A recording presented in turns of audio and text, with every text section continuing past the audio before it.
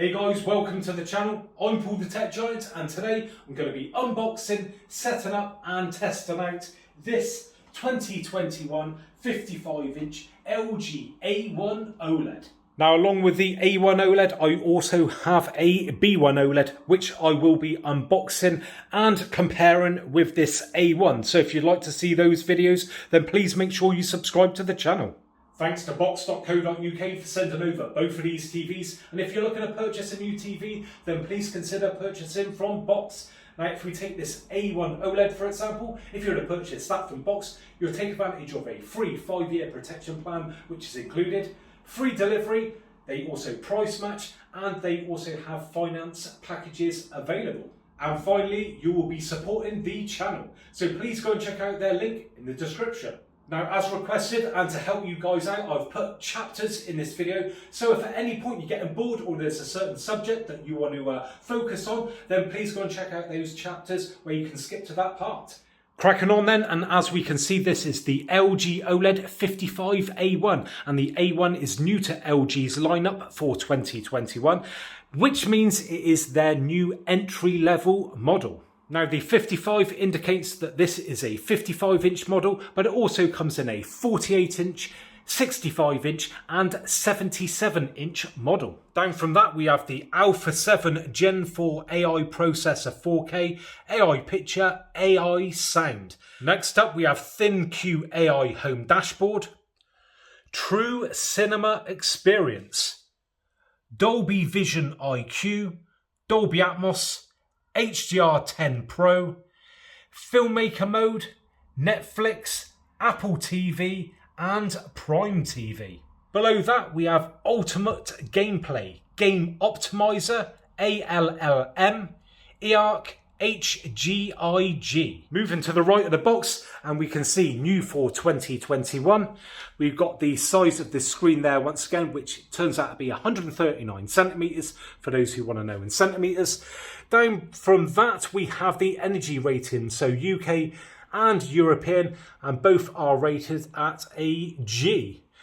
And finally, we have works with Apple AirPlay and works with Apple HomeKit. Next, some measurements of the box, just in case you want to transport it in a car.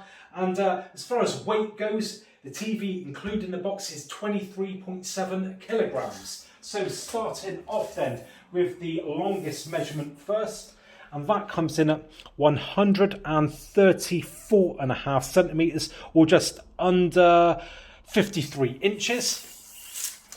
The depth, that comes in at 16.5 centimeters, or 6.5 inches. And then finally the height, that comes in at just under 81 centimeters, or 31.75 inches.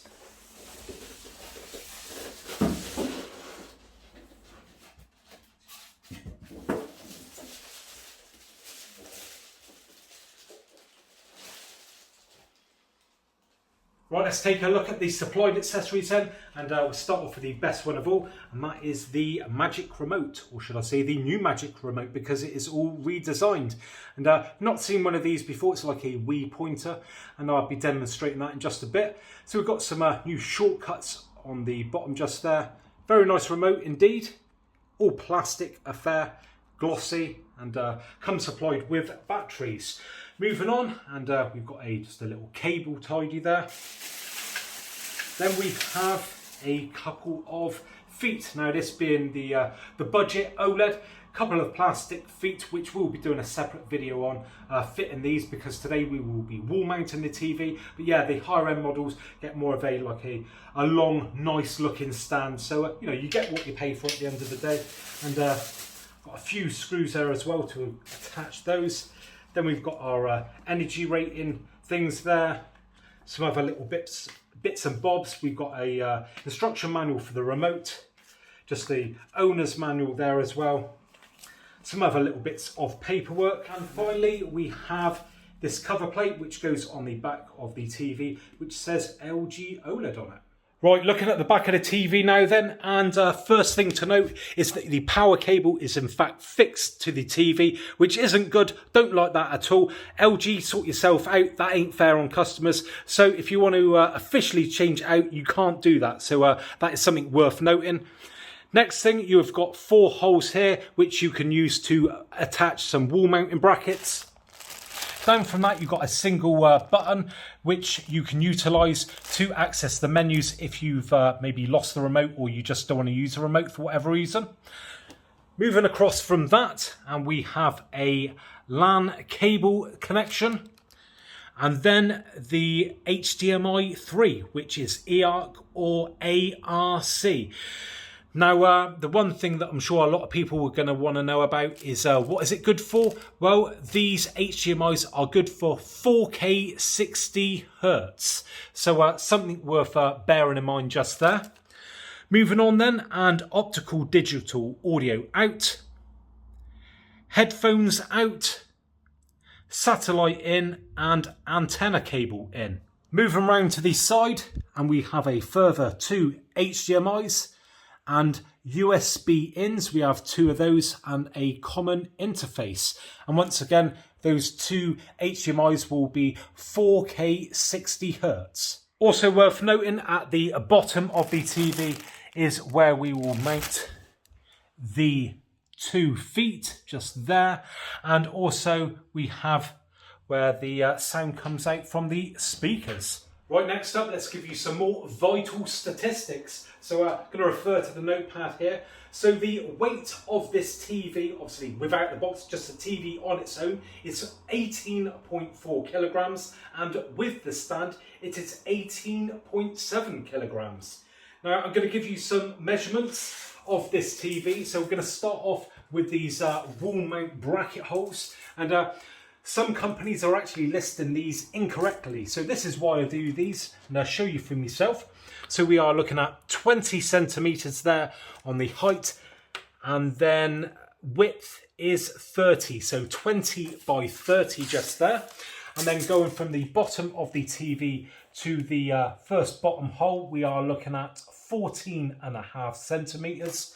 And then to the outside of the TV, we are looking at approximately, what's that, 47.5 centimeters. And then from the top hole to the top of the TV is approximately 35.5 centimeters. Now the measurement for the actual TV itself, so let's have a look. The height of it is 70 centimeters, or in inches is 27.5. And the actual width, bear in mind that obviously this is just the 55-inch version, and that comes in at 122.5 centimeters or 48.25 inches. And finally, the power cable on this TV, which again is fixed, comes in at 1.5 meters or 150 centimeters or 59 inches. Just one bit of useful information for anyone who is wall mounting one of these TVs and you are using an existing wall mounting bracket, that you may note that these holes aren't central, they are quite low down on the TV just due to the way it is designed. So when you put your wall mounting brackets on there, you may find they hang a little bit low and the TV sits slightly higher up on the wall.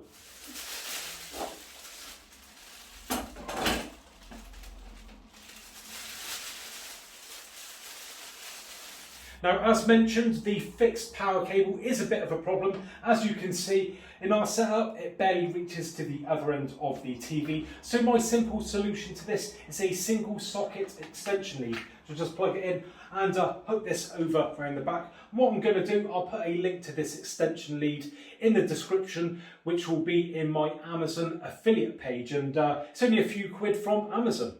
Now the setup process with this TV is pretty self-explanatory, so I'm not going to bore you through the connecting up to the Wi-Fi and putting in my address, but I will show you a couple of key things that I think you need to know. So first off, just to get it underway, we need to press on the scroll wheel to confirm that the remote is all working, which it is, and we've got a couple of options here. We can set it up with a mobile device or just use the remote and the TV, and I'm going to use the remote and the TV.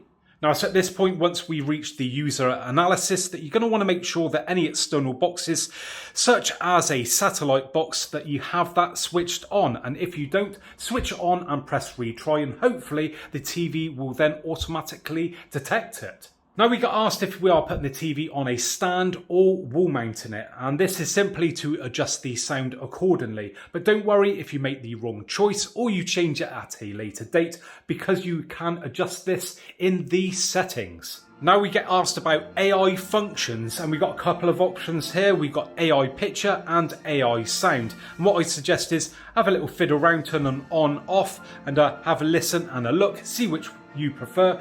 And don't worry again if you've felt you've made the wrong decision, because you can change these once again in these settings. Now that that initial setup is all complete, let's give you guys a bit of a tour around the settings and menus. So to start off with then, I'm going to press on the settings button once, and on the side there we get some shortcuts to settings. So we've got picture mode, sound out, game optimizer, sleep timer, network, all settings, and edit. And I'm going to head into all settings. In there we get more detailed settings now. So if we go into picture as an example, select on the modes there, you can see the modes that we got. So we've got vivid, standard, eco, cinema, sports, game optimizer, filmmaker mode, expert bright room, expert dark room. Let's come back out of that. Then we've got our general settings, support, so we can check for the software updates just there. So yeah, all detailed stuff. But let's come back out of that, and now we're going to press on the home button.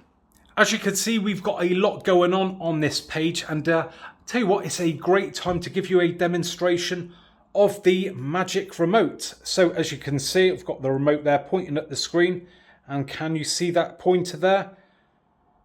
Look how good that is. Like I said, it's like a Wii remote, and it really does speed things up, especially when you're inputting passwords or searching for things. It's so much faster. And if we just move down to this apps list, if I just move over to the left there, move to the right, as you can see that scrolls along, or I can use the thumb wheel to simply grab onto like the apps list there, and I can drag it left and right. Really, really good remote control.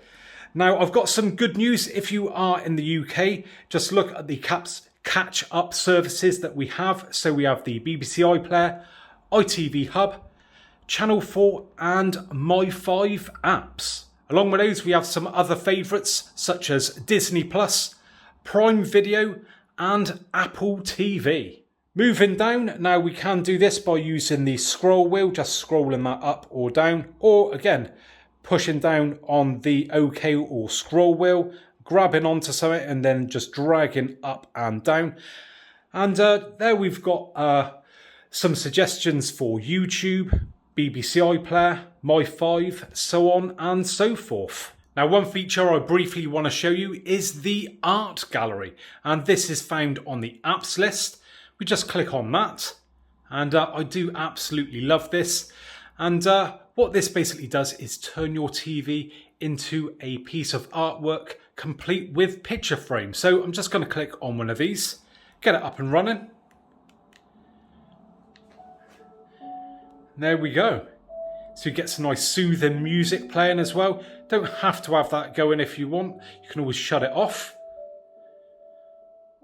But when it's in the right light, it does look very convincing indeed.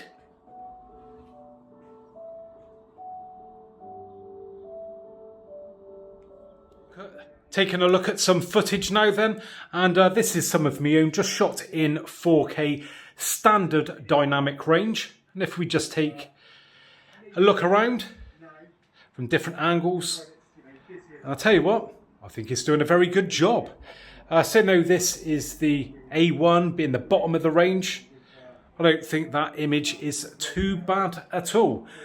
Now the TV that I'm coming from is the top of the range LG A1 OLED. So, you know, I've seen the best, shall we say, of what they've got to offer. And yeah, I'm not being, you know, disappointed with what I'm seeing here. If we just move round to the side, as you can see, we've got some sort of quite big windows there with light coming through. So we are seeing a few reflections there. One thing I would say is, just looking at the image, if there's anything compared to the G1, I'd say it's, at the moment in time, it's not as bright and maybe not quite as sharp. But, you know, at the end of the day, it is the bottom of the range model and you get what you pay for, and they've got to keep something back for those higher end models. Moving up to some 4K HDR footage. Once again, I'm pretty sure you can tell it's my own footage again. And yeah, this is definitely now bumped up that brightness, as you can probably tell by the brightness of my vest I was wearing just there. And again, it does look very nice. One other thing, again, just looking at this, again, comparing it to the G1, which is probably a bit wrong because it's the higher end one. Motion, maybe not quite as good. Again, that's going to be down to that processor, no doubt. But again, certainly not offensive at all. And if I hadn't tried out their top of the range TV, then I would be very impressed with this, if I'm being totally honest.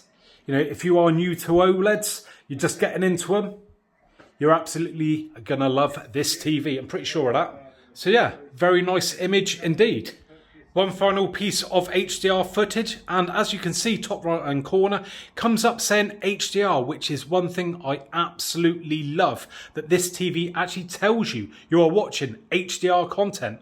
And just look at the contrast on that. We got some really bright bulbs just there, and the darkness of the trees makes it really, really pop. And it's one thing that I love about these OLEDs is the contrast, how you can get those really dark scenes or parts of the scene that are dark against, you know, really, really bright, intense lights, things like that. And it just makes it really pop. Other TVs just cannot seem to manage that. Yeah, just look at that. Looks absolutely stunning. Now, when it comes to new TVs, there is always one subject that is brought up, and that is gaming. And what is that TV capable of?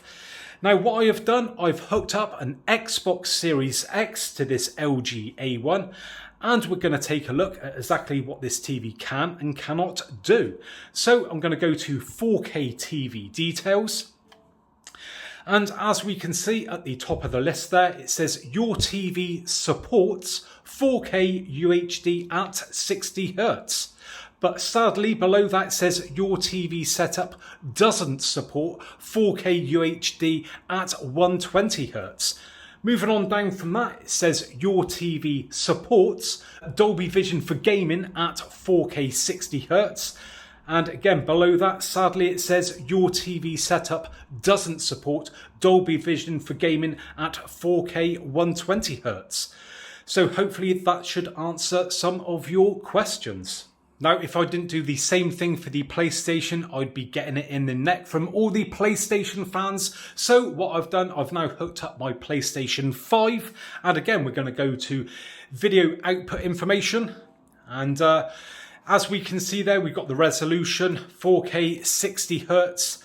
And I'll just scroll down there so you guys can take in all that information, pause it if you want, and yeah, fill your boots. Just to let you guys know, I will be doing separate dedicated videos for gaming with the Xbox Series X and the PlayStation 5, both with the LG A1 and B1 OLEDs. And if you'd like to see those videos, then make sure you hit that subscribe button. And don't forget to also hit the bell icon so you get notified of when those gaming videos are uploaded. So we're going to finish off this video then with a little sound test and also a more detailed look around the TV itself. So let's just walk around to the side and just check out how thin this TV really is. Just look at that. It is crazy thin. I'll tell you what, that sound isn't too bad at all. Let's grab the remote, just turn it up a bit. Do you know what, for a small TV, that's really impressive. You know, again, remember how thin that TV is? Okay, you've got more bulk down the bottom. Just take a look at that there. So as we've seen when we were looking around the back before, you would have noticed it, but it's still very impressive, the sound for since it's only a 55 inch. It's a 2-channel 20 watt speaker setup on this. Turn up a little bit more.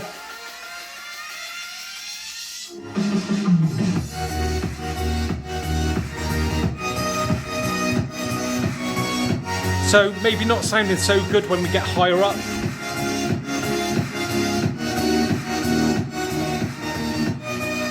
But for the size of the screen, and seeing it's only 20 watt, I don't think it's too bad at all. Well, there you have it then, guys, and I hopefully you enjoyed that video today. And if you would like to pick up one of these LG A1 TVs, then please go and check out the link to the guys at box.co.uk. Now, don't forget you can now support the channel by buying me a coffee. So if you've appreciated this video, or you've appreciated my content in the past, or I've maybe helped you out in the past, then you can show that appreciation by buying me a coffee. And I'll be putting a link for that in the description. So if you'd like to see those videos that I mentioned earlier, then please make sure you also subscribe to the channel. And if you've enjoyed this one, please spare me 1 second of your time to give me a big fat thumbs up. So thanks very much for joining me today, and hopefully I will catch you guys on the next one. Bye for now.